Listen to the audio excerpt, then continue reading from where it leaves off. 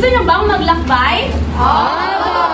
Ayan, base sa aking narinig, kayo ay nagagalak ng maglakbay. Ngunit, tamang-tama dahil kanina, kinausap ako ni Mayor. Siya ay nagbigay ng isang imbitasyon. Ano kayang nilalaman ng imbitasyon? Sige nga, hulaan niyo nga. Iya? Sa tingin ko po, teacher, ay imbitasyon para po pumunta po sa isang fiesta. Tama. So, ito ang inyong imbitasyon. Kumuha lamang ng isa at pagkatapos ay ipasa sa inyong katabi. Naunawan ba mga bata? Mahusay. At ngayon naman, anong napapansin mo sa inyong kapaligiran? Banderisas po. Tama. So, base sa imbitasyon, pakisabi nga sa akin kung ano ang imbitasyon ni Mayor? Fiesta Tama. Inan! Ngayong buwan na ito ay ang pinagdiriwang ang kapistahan ng ating sariling bayan. Kaya naman tayo ay iniimbitahan ni Mayor upang maglakbay. Ngunit hindi tayo maglalakbay sa ibang lugar, kundi tayo ay maglalakbay at aalamin ang ganda at kakaibang taglay ng bayan. Ang bayan ng Kamiling! Pindangan. Yes! So, di lang nga ba? Parang magpakainit, hindi ba? Opo! Kaya naman may munti akong sorpresa. Wow! Ice creamiling kayo dyan! Ice creamiling! Gusto niyo ba ng ice creamiling? Opo! Kaya naman, maaari bang ito ay ipasa sa inyong katabi? Wala lamang ng isa. Ano yan? Alam mo, pinasan niya.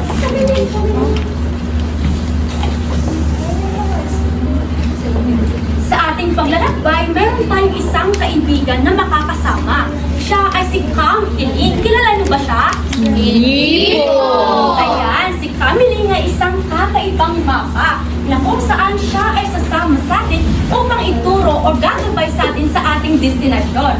At syempre, hindi rin mawawala ang isa pa nating kaibigan. Siya ay si Camilens. Kilala niyo ba siya? Hindi po.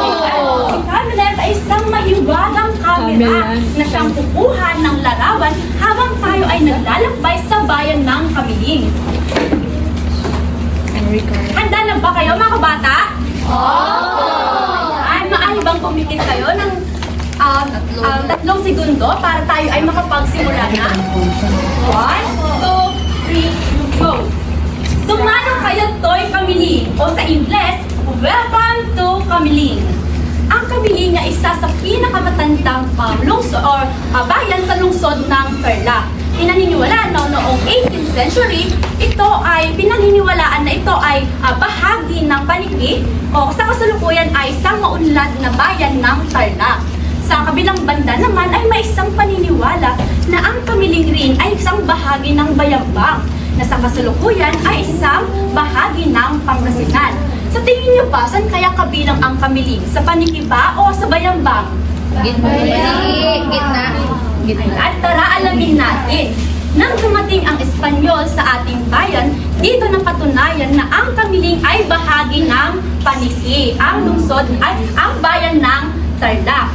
Noong unang panahon, pinaniniwalaan na ang Kamiling ay napapaligiran ng napakaraming punong kahoy. At ito ay isang lugar na bulubundukin. Mayroong isang ilog na siyang humahati sa mga bundok. Na sa kasalukuyan, ang ilog na ito ay ang tinatawag nating Kamiling River. Gia, maaari mo bang i-dikit ang Kamiling River sa ating mapa?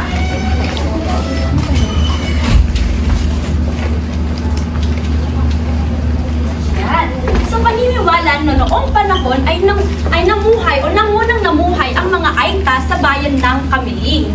Ngunit isang araw sila ay napalayas. Bakit kaya? Sa tingin nyo, ano kaya dahilan? Walang idea? Wala po. Na sila ay napaalis dahil dumating ang mga Ilocano at Pangasinense mula sa ilagang bahagi ng ating bansa. Pero ang mga Aita na ito ay namuhay sa pamamagitan ng pagkuha ng mga prutas, gulay, pangangaso, pangingisda. Ngunit nung sila ay napalayas, sila ay napalitan ng mga Pangasinense at Ilocano na kung saan ay tinawag silang kakamilingan. na kung saan sa kasalukuyan ang Kakamilingan na isang maunlad na barangay sa bayan ng Kamiling. Naunawaan ba? Ayan. Ngayon naman, dumako naman tayo sa pangalang Kamiling. Tila ba'y napakaganda ng pangalang Kamiling, hindi ba? Ngunit saan nga ba nagmula ang Kamiling? Tara, alamin natin. Ang Kamiling ay nagmula o hinango sa puno na kumakalat o tumutubo kahit saan noong unang panahon. Ito ay ang puno ng Kamiling. So dito ay tumutubo kung saan-saan at dito nakuha ang pangalang Kamiling at ito ay pinalitan sa letrang L para maging liquid sound. Naunawaan ba? Ayan. Hindi nagtagal, noong 1839 ay naging isang malayang bayan ang Kamiling sa pamumuno ni Galsim. Ang Galsim ay isang maunlad na sitio sa barangay ng Kamiling. Sa kasalukuyan naman ay si Mayor Erlon si Agustin naman ang namumuno at namumuna sa ating bayan. Siya ang namumuno o namumuna at tumutulong lagi sa kanyang mamamayan. Kayo ba mga bata, lagi ba kayong tumutulong sa inyong kapwa? Talaga ba? Ayan. Ang Kamiling din ay pinaniniwala may 61 na barangay. Napakarami, hindi ba? Gia, maaari bang indikit ito sa ating mapa? Sa 61 na barangay na iyon, ako ay nakatira sa barangay Bakabak. Ang Bakabak ay isang napakagandang lugar na napakaganda ang tanawin at napakaraming hayop. Kayo ba mga bata, sa loob ng 61 na barangay, maaari nyo bang ibahagi kung taga saan kayo at ilarawan kung ano ang nakikita sa inyong lugar? Neri? Sa Burgos District po sa Kamiling. Tama, ang Burgos Street ay hinango rin sa tatlong praile na ginarote. Sino pa? Teacher, Apple? ako po ay taga Barangay Tindangan. Yan. Anong masasabi mo sa Pindangan? Presko po yung hangin sa may mga bukirin na pinagkukuhanan po namin ng aming lugar. Wow, mukhang napakapayapa ng inyong lugar, Apple. Gia? Teacher, ako po ay taga-barangay Dilag. Iniimo mo Dito na po sa aming barangay, teacher, madami po kayo makikita ng mga baka at saka po mga magagandang tanawin. Yan, maraming salamat sa inyong mga kasagutan. Sa katunayan ng inyong mga barangay ay isa sa mga mayayaman sa pananim at lupain. Nakukuha ba? Opo! Okay. Sa bayan ng Kamiling ay may dalawa ding sinasalita. Ito ay ang Tagalog at Ilocano. Sino dito ang Tagalog? Yan, siguro lahat naman ano. So, Iya, maaari mo bang idikit ang bilan? Apple? Yan.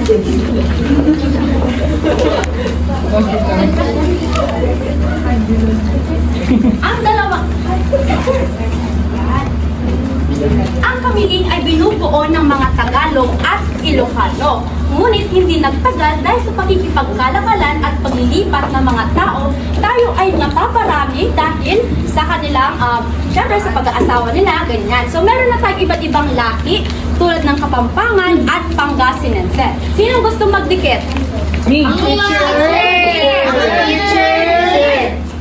Sa pamamagitan ng disenyo at gawa ng mga Espanyol.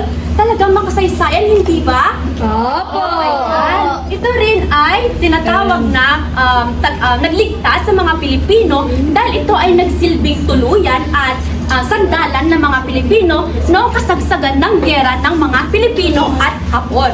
Sinasabi rin na ang Saint Michael ay nakakapagpagawa ng himala. Kaya naman siya ay naging patron saint ng Kamiling. Na kung saan siya ang patron saint, kaya inaalay natin ang kapistahan ng Kamiling kay Saint Michael. Naunawan ba? Okay. Sa kabila naman ng ulumang simbahan ng Saint Michael, ay napatayo ang bagong simbahan na tinawag ding Saint Michael. Ito ay dinadayo ng mga turista dahil sa kanyang angking kagandahan at makasaysayan. Ngayon naman ay, sino gustong magtikit? Ako po! Ako po! Gina? Tukto. Wow! Ang unang Nakatikim na ba kayo? Sino magandang handa ngayong kapistahan? Oo na nga, napakasarap ang chicharon. At dahil sa kanyang paluto ay sa malutong na pagkagat ay ito ay binabalik-balikan ng turista. Ngayon naman ay sumako tayo sa ikalawang produkto ng kamiling, ang nilubyan. Awal ba kayo sa nilubyan? O tinatawag na inuruban. At ito ay isang malagkit na kakanin na kulay berde. At ito ay perpektong pagkain para sa mga kaarawan, kapistahan, at iba pang mga okasyon. At ang panghuling produkto ng kamiling ay ang tubig. Nakakita ba kayong tubig?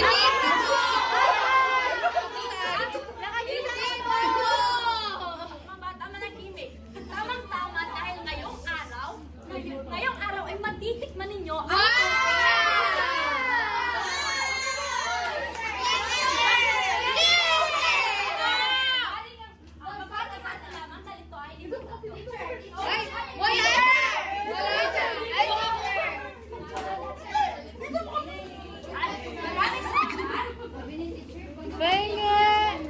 maliban sa chicharon, nilubyan at tubig, sagana rin ang kamiling sa iba't ibang pananim tulad ng mangga, talong at labi. Sino may gusto Sino may gusto magdikit?